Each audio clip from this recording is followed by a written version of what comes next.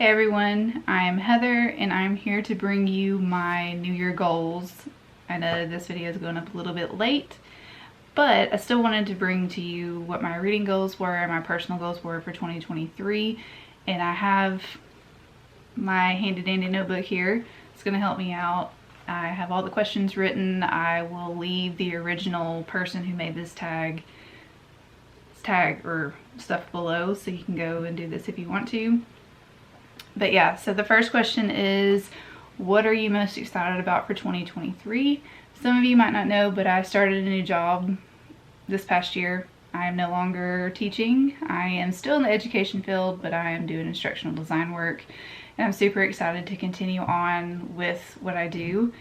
I get to work from home in my beautiful office. I have made some really good friends already, and I'm just enjoying the work that I do now, and I'm not as stressed, and there's just a lot of positivity that's coming out of this job, and I'm super excited to see where it takes me this year.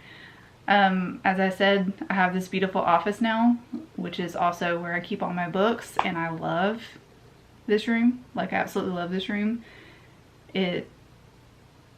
It just makes me happy, and I'm also thinking about redoing some of my bookshelves because this bookshelf right here is all my classics. I'm thinking about moving my classics to another part of the house. We have a guest room, and I'm thinking about moving it over there so I can fit some more books into my bookshelf. And also another goal of mine is, or what I'm excited about, is that I get to spend more time with my family. Because if you do not know, teaching takes up a lot of your time, but now with my new job, like I've already stated, I have a lot more family time. I get to turn this brain off and spend more time with my family, and it's more like positive time that I'm spending with my family, and I'm super excited about that. The next question is about my Goodreads goal and why did I set it? I set it at 100 this year, like I did last year. And I do that every year because I believe that it's a tangible goal for me to reach. I don't have to reach that goal every year. It's just something that I set for myself. Like, if I get there, I get there. If I don't, I don't. If I get there, pat on the back to me, you know. But it's not something that I'm like, I have to get every year. And I know that it's, like I said, it's easy. It's an easy goal for me to achieve with my lifestyle and the way that I read.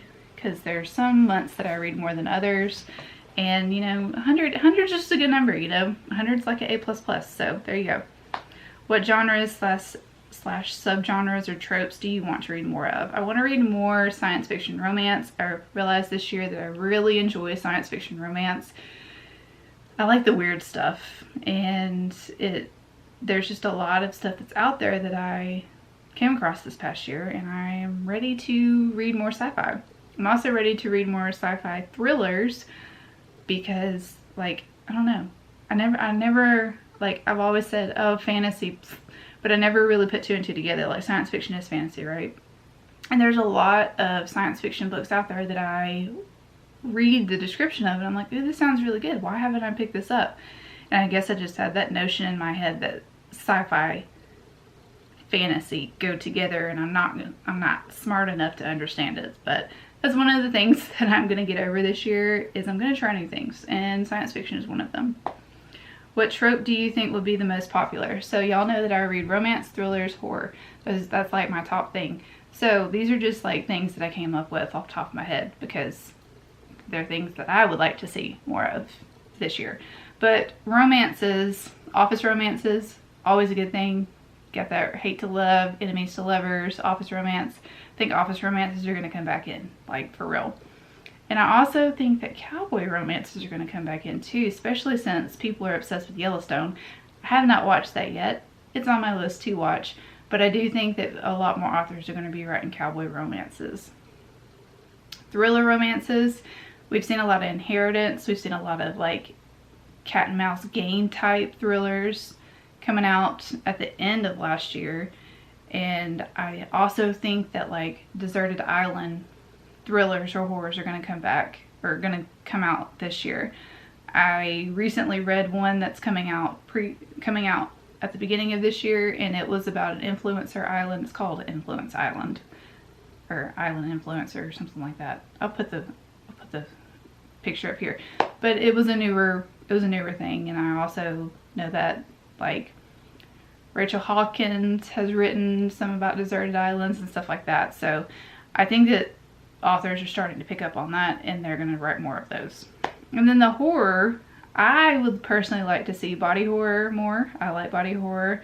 I think that we're going to continue to see paranormal haunted house horrors and also monster invasions. I would like to see that. I would like to see some monster invasion stories come out.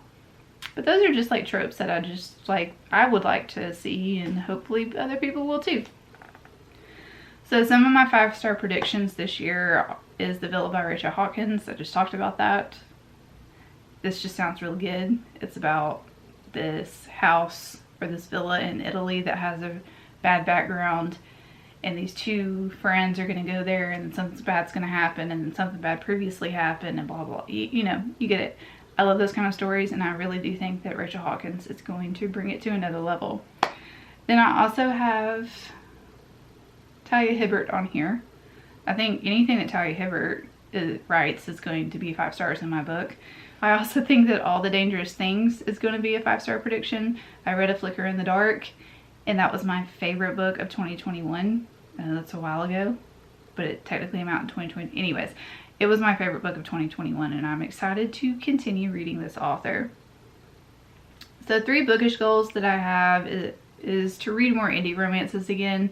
I found myself this year focusing more on like traditionally published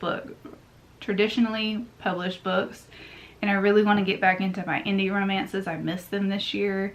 I don't know, I just got caught up in that web, you know, of everybody wanting to read traditional romances or published romances. And I love indie romances. That's how I found some of my favorite authors, and I think that they are super important. So indie romances coming back. I'm going to be reading some coming back.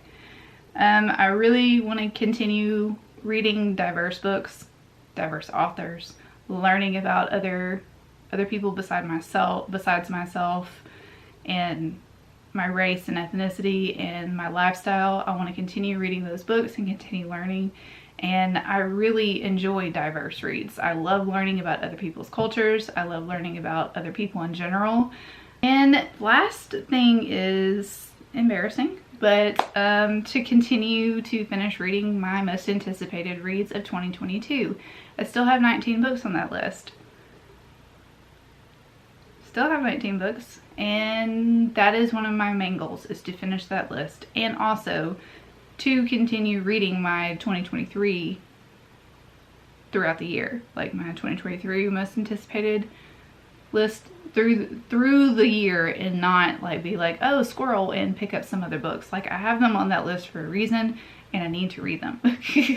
So 3 personal goals that I have is one is to stay on my upload schedule. I was doing really good at the beginning of last year, and then life happened.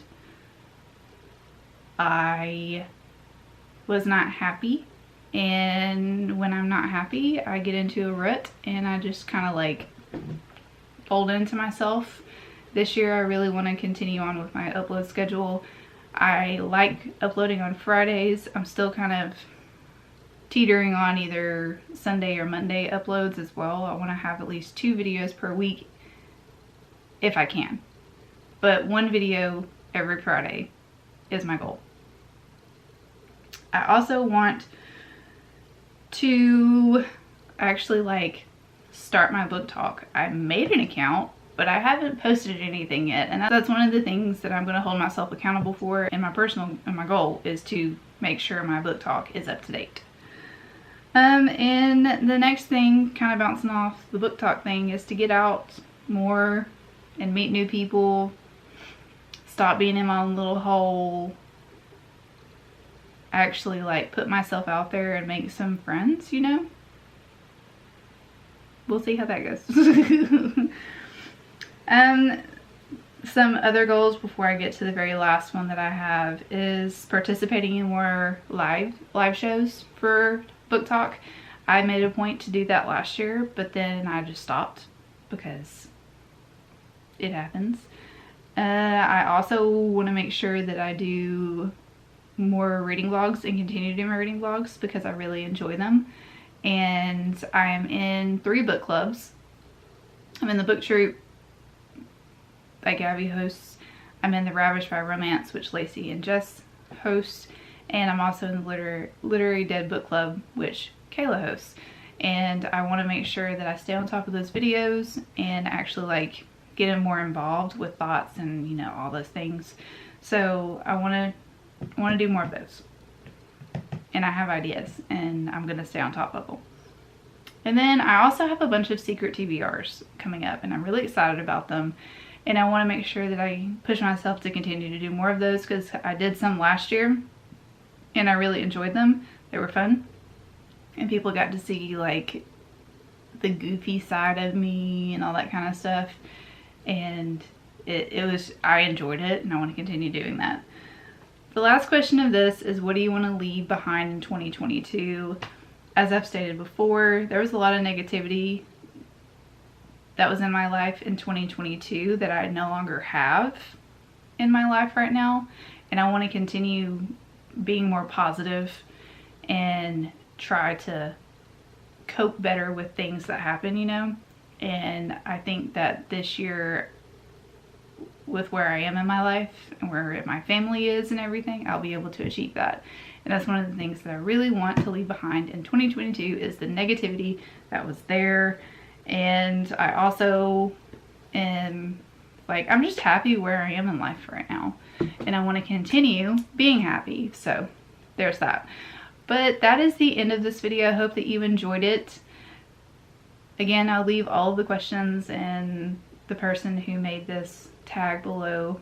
I hope that you stick around and see what my upcoming videos are because they are fun and I'm excited to bring them to you. And yeah, so make sure you hit the subscribe button down below. Let me know what you thought of this video and I'll see you on the next one. Bye.